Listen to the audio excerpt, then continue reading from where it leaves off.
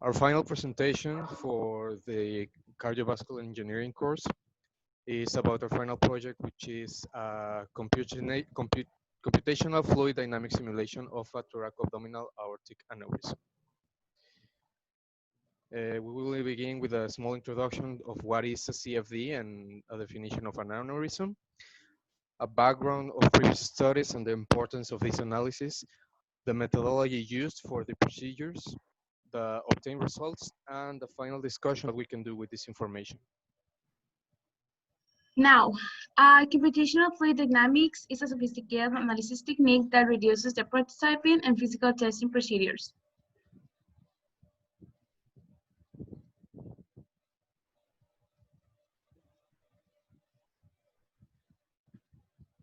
And the definition of an aneurysm is a deformation and widening in the wall of the blood vessels.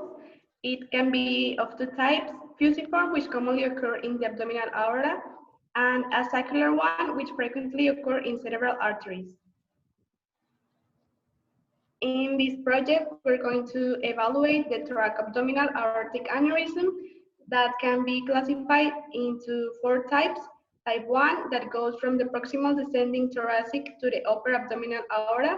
Type 2 goes from proximal descending thoracic aorta to below the renal arteries. Type 3, the distal descending thoracic aorta to the abdominal aorta. And the type 4, that is the most of the abdominal aorta, that this type is the one that we are going to evaluate. So, what is the aim of this study?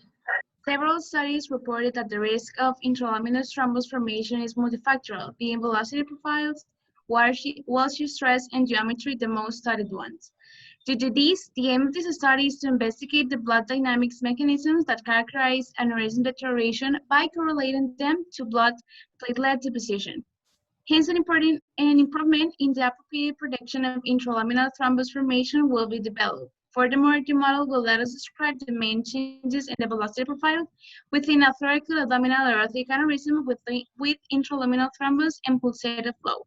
In order to accomplish this, it will be analyzed a thoracoabdominal aortic aneurysm and the mechanical properties that this model has according to the location by a CFD technique model. However, according to Hoskins and colleges study, intralaminar thrombus is a large stationary blood clot incorporated with blood cells and play a relevant role because it is present in over 75% of all of the abdominal aortic aneurysm. This is nearly in all aneurysm formations with clinical relevant size.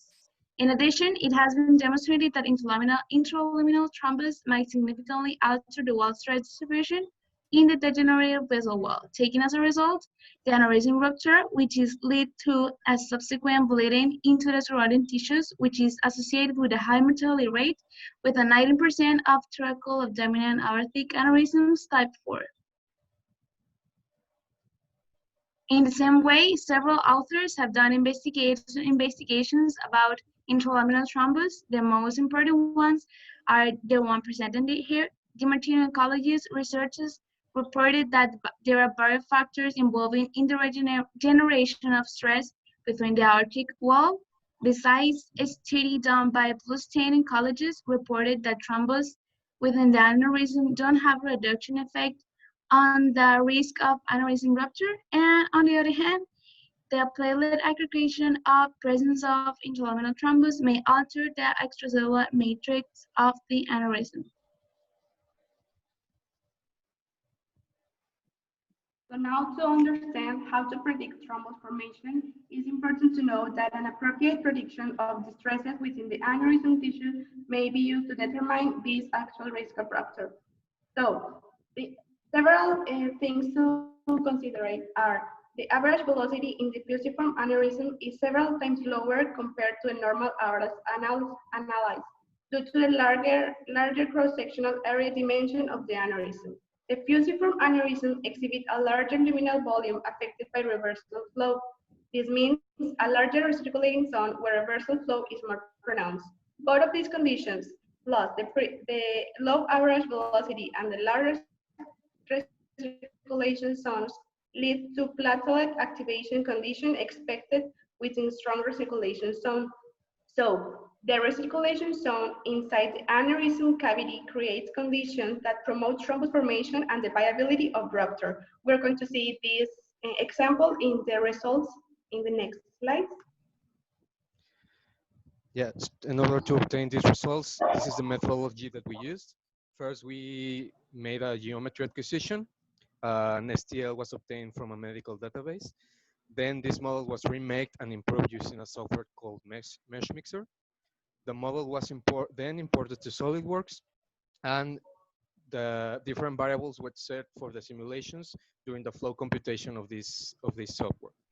Finally, the simulations were run, and two simulations were made with different approaches, which give us obtained results, and the final comparison was made in order to assess the risk of formation of intraluminal thrombus. The model was acquired by a medical database used magnetic resonance imaging. It's a model of a thoracoabdominal aortic aneurysm.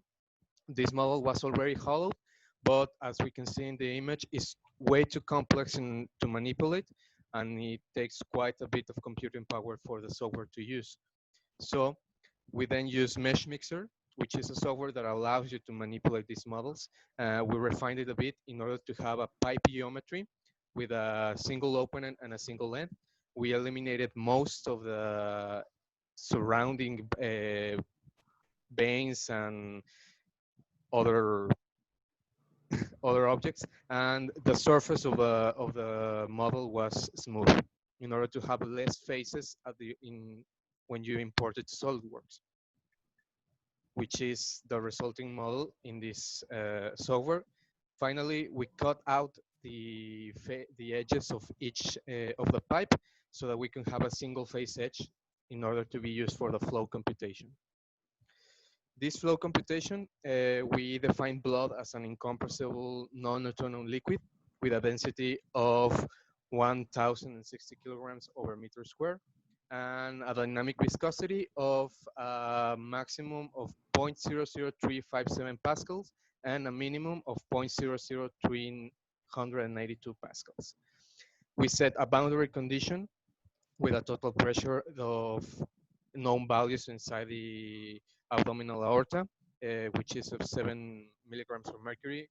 That roughly translates to 110,657 pascals, which in the image we can see it's one of the ends of the pipe.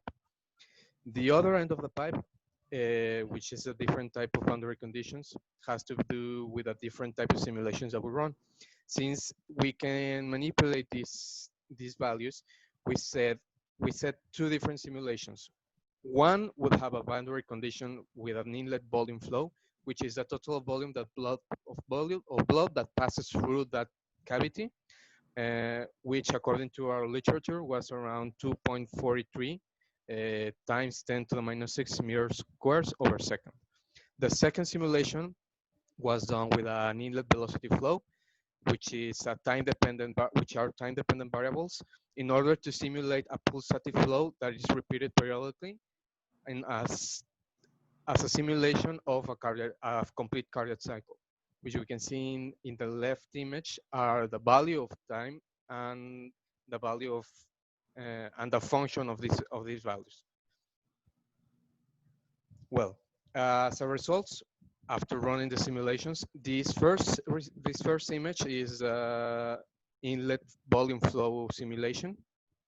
It has straight streamlines along the walls of the model, has low to zero velocity profiles at the aneurysm zones, as we can see by the image, and the velocity profiles that are shown in there.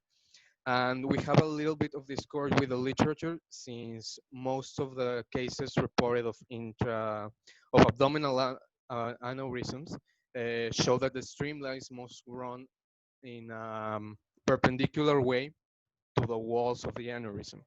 And with this simulation, we barely see any turbulence in the blood flow. We only see some spots where the flow halts and then it's ejected at high speed.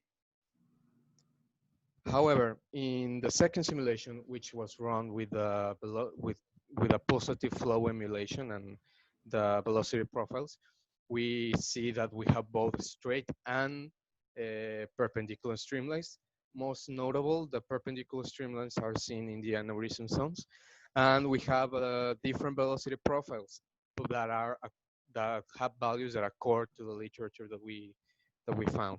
And also, the simulation shows a high turbulence in the blood flow, and not only that, but it also shows that the flow uh, is recirculating at the aneurysm zones, which also can be correlated with the platelet deposition that elevates the risk of thrombus formation.